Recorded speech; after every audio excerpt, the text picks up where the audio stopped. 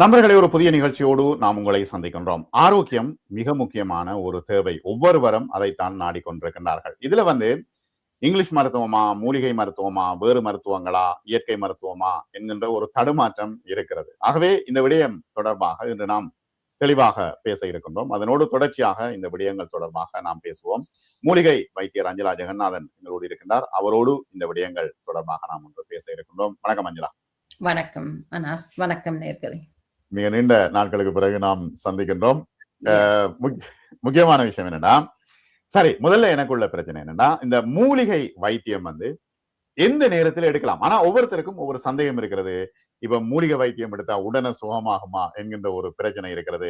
ஆகவே இந்த மூலிகை வைத்தியத்தை நாங்கள் எந்த நேரத்துல எடுக்க ஆரம்பிக்க வேண்டும்? சின்ன பிள்ளைகளுக்கு ஏழுமா, பெரிய வயது முதிர்ந்தவர்களுக்கு ஏழுமா என்று பல கேள்விகள் இருக்கின்றன. தொடர்ச்சியாக ஒவ்வொன்றாக நான் ஓகே, மூலிகை நல்ல கேள்வி. மூலிகை வைத்தியத்தை பொறுத்த வரைக்கும் நீங்க ஒரு ஃபர்ஸ்ட் லைனா மூலிகை வைத்தியத்துக்கு போகக்கூடாது. இப்ப எனக்கு ஏதாவது நமக்கு ஒரு சிம்டம் வருதுன்னா, வயிறு வலிக்குது, இல்லைன்னா வயிறு ஊதுன மாதிரி இருக்கு, இல்லைன்னா ஒரு கேஸ் பிடிச்ச மாதிரி, செஸ்ட் பெயின், அந்த மாதிரி ஏதாவது வருதுன்னா ஃபர்ஸ்ட் லைனா இல்ல இது கேஸா தான் இருக்கும்னு சொல்லிட்டு நாம ஒண்ணும் எடுக்கக்கூடாது. நாங்க முதல்ல போய் டாக்டர்கிட்ட போய் செக் பண்ணணும். ஜிபி கிட்ட போய் பார்த்து எல்லாம் பண்ணி அந்த உடம்புக்கு உயிருக்கு ஆபத்தான எந்த ஒரு விஷயமும் இல்லைன்னு தெரிஞ்சதுக்கு அப்புறம் தான் ஓகே, இங்கிலீஷ் வைத்தியம் அவங்க ஏதாவது கொடுத்து அதுல எந்த பலனும் இல்லைன்னு வந்ததுக்கு அப்புறம் தான் நாங்க மூலிகை வைத்தியத்தை நாடணும். அப்ப இப்ப ஒரு எக்ஸாம்பிளுக்கு சொன்னா, அப்ப நீங்க உங்களுக்கு ஒரு வயிறு வலி, ரொம்ப நாளா வயிறு ஊதுது, வயிறு வலி, கேஸ் மாதிரி இருக்குன்னு சொல்லிட்டு நீங்க ஜிபி கிட்ட போறீங்க. அவங்க எல்லாம் செக் எல்லாம் பண்ணிட்டு இது கேஸ்ட்ரைட்டிஸ் தான் அப்படின்னு சொல்லிட்டு உங்களுக்கு ஒரு மருந்து கொடுக்குறாங்க, செயோமிப்ரசாலோ ஏதாவது ஒண்ணு கொடுக்குறாங்கன்னா அதை எடுக்கிறீங்க. உங்களுக்கு எந்த பிரயோஜனமும் இல்லை. ஒரு கேள்வி வருது என்னன்னா, இப்ப ஆங்கில மருத்துவம் உடனடியாக தீர்வு தரும், மூலிகை மருத்துவம் நீண்ட நாட்களுக்கு பிறகுதான் தீர்வு தரும் என்கின்ற ஒரு பிரச்சனை ஒன்று இருக்கிறது. எல்லோருடைய மனதிலும் இருக்கிறது, என்னுடைய மனதிலும் இருக்கிறது. ஆகவே இது எப்படி நம்பிக்கை கொள்ள வைக்கிறது என்ற ஒரு கேள்வி இருக்குதானே. இப்ப நம்ம உடம்புல உள்ளுக்கு நம்மளோட உடம்பு தன்னைத்தானே குணப்படுத்திக்கிற தன்மை அதுக்கு இருக்கு. இப்போ இப்ப நாம ஒரு ஸ்கின் கண்டிஷனை எடுத்தோம்னா, ஒரு எக்ஸிமா இருக்குன்னா, அந்த எக்ஸிமா இல்ல சொரைசிஸ் அந்த மாதிரி ஏதாவதுன்னா, ஒரு தோல் பேபி ஸ்கின்ல இருந்து அது அதுக்கப்புறம் உதிர்ந்து வெளியில போறதுக்கு ஒரு 4 to 6 weeks எடுக்கும். அப்ப நாங்க மருந்து பண்ணும் பொழுது நாங்க உள்ளுக்கு மருந்து எடுத்து அந்த தோலை குணப்படுத்தி எடுக்க போறோம்னா, இங்கிலீஷ் வைத்தியத்துல இருக்கிற மருந்து அதை அமுக்கும், அவ்வளவுதான். அந்த கிரீமை போட்டா அந்த நேரத்துக்கு அது கொஞ்சம் ஈரழிப்ப கொடுக்கும், இல்லைன்னா கடியை குறைக்கும், அவ்வளவுதான் பண்ணும். ஆனா அப்ப நாங்க உள்ளுக்கு மருந்து கொடுத்து அதை நார்மலுக்கு கொண்டு வர போறோம்னா அது 4 to 6 weeks எடுக்கும். ஒரு கொஞ்ச நாளும் வித்தியாசம் தெரியறதுக்கு. ஏன்னா அந்த மருந்துகள் எல்லாம் உள்ள போய் உடம்பு கொஞ்சம் கொஞ்சமா தன்னைத்தானே குணப்படுத்துற தன்மையை இம்ப்ரூவ் பண்ணி அந்த தோலை இம்ப்ரூவ் பண்ணி வர்றதுக்கு ஒரு 4 to 6 weeks எடுக்கும். ஆனா அந்த இதுல எனக்கு ஒரு கேள்வி வருதுன்னா, இப்ப இங்க பிறக்கிற குழந்தைகளுக்கு அநேகமாக இதுல ஒரு ரேஷ் ஒன்று வரும். அதுக்கும் நீங்க சின்ன பிள்ளைகளுக்கும் கொடுக்கலாமா? பிறந்த குழந்தைகளுக்கும் இவ்வாறான மூலிகை வைத்தியம் சாத்தியம்? ஒரு வயசுக்கு மேலதான் மூலிகை வைத்தியம் உள்ளுக்கு எடுக்கிறதுக்கு கொடுக்கலாம். அப்போ ஒரு வயசுக்கு உள்ளுக்குன்னா தென் வெளியில பூசுறதுக்கு கொஞ்சம் கிரீமை கொடுத்து மூலிகைகளை காய வச்ச மூலிகைகளை அவிச்சு அதுல குளிக்க வைக்கிறதுக்கு அந்த மாதிரியான விஷயங்களை பண்ணிதான் ஒரு வயசு வரைக்கும் நாம சமாளிக்கணும். ஒரு வயசுக்கு மேல போனதுன்னா நிச்சயமா சாப்பாடு வித்தியாசப்படுத்தி அந்த உள்ளுக்கு மருந்து கொடுத்து நாங்க நார்மலுக்கு கொண்டு வரலாம். அப்ப அதுதான் வித்தியாசம். மூலிகை மருத்துவம் மருந்து வேலை செய்யறதுன்றதை விட மருந்து நம்மளோட உடம்ப தன்னைத்தானே குணப்படுத்துற தன்மையை சப்போர்ட் பண்ணி சமநிலைக்கு கொண்டு வர்றது. அப்போ ஒரு ஹெல்த்தியான உடம்புல, நல்லபடியா ஆரோக்கியமா இருக்கிற ஒரு உடம்புல எக்ஸிமா இருக்கக்கூடாது, எந்த வித தோல் வியாதியும் இருக்கக்கூடாது, உங்களுக்கு எந்த ஒரு நோவும் இருக்கக்கூடாது. அப்படி இருக்கும் பொழுது எழுந்தீங்கன்னா எனர்ஜி லெவல் நல்லா இருக்கணும். அப்ப அந்த நார்மலுக்கு கொண்டு வர்றதுக்கு இது உதவி செய்யும். அப்ப ஒன்ஸ் நார்மலுக்கு வந்ததுக்கு அப்புறம் உங்களுக்கு எந்த வித ஒரு மருந்தும் மூலிகை மருந்து அதுக்கப்புறம் தேவையில்லை. இப்ப மூலிகை மருந்து என்னைக்குமே எடுக்கக்கூடாது. அதே நேரம் இப்போ உங்களுக்கு என்ன காரணம், எதனால அந்த எக்ஸிமாவோ இல்லைன்னா சொரைசிஸோ வருதுன்றத பார்த்து அதை குணப்படுத்தினாதான் நிரந்தர தீர்வு வரும். மூலிகைகளையும் எடுத்து காரணத்தை கண்டுபிடிக்காம நாங்க மருந்து பண்ணினோம்னா தென் அதுலயும் பிரயோஜனம் இல்லை. அப்ப அந்த காரணத்தை கண்டுபிடிக்கணும். அப்ப காரணத்தை வந்து உங்களால மட்டும் கண்டுபிடிக்க முடியும்னா அந்த மாதிரியான சிச்சுவேஷன்ல தான் நீங்க போய் ஒரு ஒரு தெரபிஸ்ட பார்க்கணும். ஒரு ஹெர்பலிஸ்டையோ மூலிகை வைத்தியரை பார்த்து அவங்க ஃபுல்லா அவங்க கிட்ட கேஸ் ஹிஸ்டரி எல்லாம் எடுத்து என்னத்தினால உங்களுக்கு இது வந்திருக்குன்றத பார்த்துட்டு அதுக்கு தகுந்த மாதிரி மருந்து பண்ணினாதான் உங்களுக்கு வந்து நிரந்தர தீர்வு வரும். இப்ப திடீரென்று ஒரு கேள்வி ஒன்று கேட்டா, ஆங்கில மருத்துவமா மூலிகை மருத்துவமா சிறந்தது என்று கேட்டா நீங்க என்ன பதில் சொல்லுவீங்க? ரெண்டுக்குமே அதுக்கான பிளேசஸ் இருக்கு.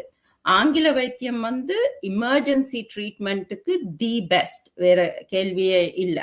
அதுதான் உங்களுக்கு ஒரு ஹார்ட் அட்டாக் ஒன்னோ ஸ்ட்ரோக் ஒன்னோ ஒரு ஆக்சிடென்ட் ஒன்னு ஆனது உங்களோட உயிரை பாதுகாக்கணும்னா ஆங்கில வைத்தியத்துக்கு தான் போகணும். அந்த நேரம் இல்லை நான் எடுக்க மாட்டேன்ட்டு இருக்க முடியாது, அப்புறம் உயிர் போயிடும் இல்லையா.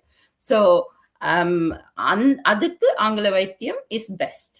ஆனா மற்ற நீண்ட நாள் இருக்கக்கூடிய கண்டிஷன்ஸுக்கு, ஒரு டயபிட்டிஸா இருக்கட்டும், ஏர்லி ஸ்டேஜஸ்ல வந்து ஸ்கின் கண்டிஷன், ஹோமோனல் இம்பேலன்ஸ், அதெல்லாம் வந்து அதுக்கெல்லாம் வந்து மூலிகை வைத்தியம் வந்து உடம்ப குணப்படுத்தி சமநிலைக்கு கொண்டு வரதுக்கு உதவி செய்யும்.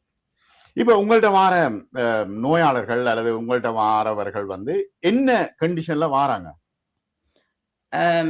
என்ன கண்டிஷனுக்காண்டி வராங்க? ஏன்னா நீங்க 30 வருஷமா இருக்கிறீங்க, மிக நீண்ட அனுபவம். நீங்க வந்து அநேகமா உங்களை தெரியாதவர்கள் இருக்க முடியாது. அவ என்ன நிலைமையில வாராங்க? எல்லா ஸ்டேஜஸ்லயும் வரவங்க வந்து இருப்பாங்க. முதல்ல சொன்ன மாதிரி ஸ்கின் கண்டிஷன்ல இருந்து ஹோமோனல் இம்பேலன்ஸ் வரைக்கும், குழந்தை ரொம்ப நாளா ட்ரை பண்ணி இன்ஃபர்டிலிட்டிக்காண்டி ட்ரை பண்ணி குழந்தை கிடைக்காம இருக்கிறவங்கல இருந்து எல்லா ஹெல்த் இஷ்யூஸுக்கும், நீண்ட நாள் இருக்கக்கூடிய எல்லா ஹெல்த் இஷ்யூஸுக்கும் வருவாங்க. இப்ப அது இல்லாம மத்த மாதிரி கூட வருவாங்க. இப்ப எனக்கு ஒரு எக்ஸாம்பிள் ஒன்னு சொல்லணும்னா, ஒரு ஐ திங்க் ஒரு ஃபியூ இயர்ஸ் பேக் ஒரு யங் கேர்ள் ஒன்று, ஒரு 25-26 இயர்ஸ் கேர்ள் ஒன்று வந்தது. அவக்கு வந்து நிக்க முடியாது, நின்னா தலை சுத்தி விழுகுது. அப்ப பெட்லேயே தான் இருக்கிற மாதிரி இருந்தது. எல்லா செக்கும் பண்ணி பார்த்தாச்சு, ஸ்கேன், எம்ஆர்ஐ எல்லாம் பண்ணி வந்து எல்லாமே வந்து நார்மல்னு சொல்லி அவருக்கு ஒரு டிசினஸுக்கு கொடுக்க வேண்டிய ஒரு டேப்லெட்டை மட்டும் கொடுத்து அனுப்பிட்டாங்க. இப்போ அவளோட வாழ்க்கையே வந்து வீட்டு விட்டு வெளியிலேயே போக முடியாத அளவுக்கு அவளுக்கு அது முடக்குது. அவ விழுந்துருவோன்னு பயத்துல, தலை சுத்துல வீட்டுல பெட்லேயே தான் இருக்கா. அப்ப அவ வந்து பார்த்தப்ப வந்து நான் ஃபுல்லா எல்லாம் கேஸ் ஹிஸ்டரி எல்லாம் எடுத்துட்டு செக் பண்ணி பார்க்கும் பொழுது அவக்கு வந்து அந்த லிம்ஃபாட்டிக் கலங்கள், நம்மளோட அந்த இப்ப தடுமல் எல்லாம் பிடிச்சா அழுத்தி வரும் தானே அந்த கழிவு வெளியேற கலங்கள், அது வந்து ஒரு பக்கம் மட்டும் அவளுக்கு வந்து அப்படி ஒரு வீக்கமா அதுல இன்ஃபிளேம்டா இருந்தது, தொடவே நொந்தது. அப்ப அந்த நீரை வந்து உடம்பு கோக்குது. அப்ப அவளோட ஃபேஸ பார்த்தாலுமே ஒரு சைட்ல வந்து ரைட் சைட்ல வந்து வீக்கம் கூட இருக்கு, அந்த உப்பின மாதிரி இருக்கு. அப்ப லெஃப்ட் சைடை விட. அப்ப இப்ப நாங்க மருந்து பண்ணும் பொழுது தென் அதை எல்லாம் கிளியர் பண்ணி எல்லாம் பண்ணி லிம்ஃபாட்டிக் கிளான்ஸ் எல்லாத்தையும் கிளியர் பண்ணி தேவையில்லாத கழிவு எல்லாம் ரிமூவ் பண்ணி இன்ஃப்ளமேஷனை குறைச்ச உடனே அது சரியா போயிடுது. ஒரு 3 மாசம். அதுக்கு எத்தனை மாசம் பிடிச்சது? 3 மாசத்துல ஒரு 80% ஓகே. அதுக்கப்புறம் அடுத்த ஒரு 2-3 மாசத்துல மருந்து எல்லாத்தையும் விட்டுட்டேன்.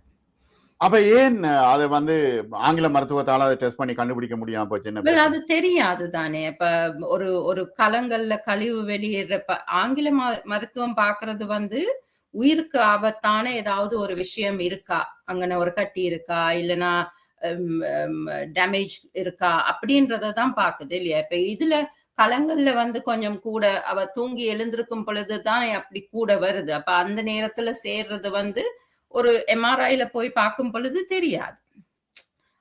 அது உயிருக்கு ஆபத்து இல்லை. அப்ப அந்த மாதிரியான அந்த ஒரு நோய் நிலை சீரியஸா ஒரு கிளினிக்கல் ஒரு ஸ்டேஜுக்கு வரும் பொழுதுதான் அந்த டெஸ்ட் எல்லாம் கண்டுபிடிக்கும். இப்ப நம்மளோட நார்மல் வந்து உடம்பு எல்லா இப்ப நாங்க காலையில எழுந்த உடனே டாய்லெட்டுக்கு போறதுல இருந்து யூரின் பாஸ் பண்றதுல இருந்து எல்லாமே நார்மலா நடந்ததுன்னா, கழிவுகள் எல்லாம் நார்மலா நடந்ததுன்னா சேர்ற தன்மைகள் வந்து குறையும் தானே. அது ஒரு ஒரு அந்த மாதிரி நிறைய பேஷண்ட்ஸ் வந்திருக்காங்க. இந்த காரணங்கள் வந்து எங்கேயாவது ஒரு பிளாக். அப்ப நாங்க இந்த இந்த கேர்ளுக்கு வந்து நாங்க தலையில சொன்னோம், இவக்கு டிசினஸ் வருது. சிலவங்களுக்கு வந்து அந்த வேற வேற இடத்துல இருக்கிற களங்கள்லயும் வந்து அந்த மாதிரியான பிளாக்கேஜ் வர்றதுனால கட்டுகள் வரும். கட்டு வந்து அண்டர் ஆர்ம்ஸ்ல எல்லாம் கட்டுகள் வரும். அந்த மாதிரி எல்லாம் வர்றதும் இருக்கு நிறைய பேர். அப்ப எல்லா இப்ப இவங்க தான் வருவாங்கன்னு சொல்ல முடியாது. எந்த ஒரு நீண்ட நாள் இருக்கிற நோய்கள் இருக்கிறவங்களையும் நான் பார்க்கறது உண்டு. நல்லது நண்பர்களே, பல முக்கியமான தகவல்களோடு இந்த புதிய நிகழ்ச்சி மலர்கிறது. இதில் மூலிகை வைத்தியர் அஞ்சலா ஜெகநாதன் ஆலோசனைகளை வழங்குவார். அது மட்டுமல்ல, இப்ப நீங்கள் கூட கேள்விகளை கேட்கலாம். கமெண்ட்ஸ்ல வந்து கேள்விகளை கேளுங்க. அதற்கான பதில்களும் நாங்கள் மூலிகை வைத்தியர் அஞ்சலா ஜெகநாதனிடமிருந்து கேட்டு தெரிந்து கொள்வோம், நாங்கள் பெற்றுக்கொள்வோம். ஆகவே இந்த நிகழ்ச்சியோடு இணைந்திருங்கள்.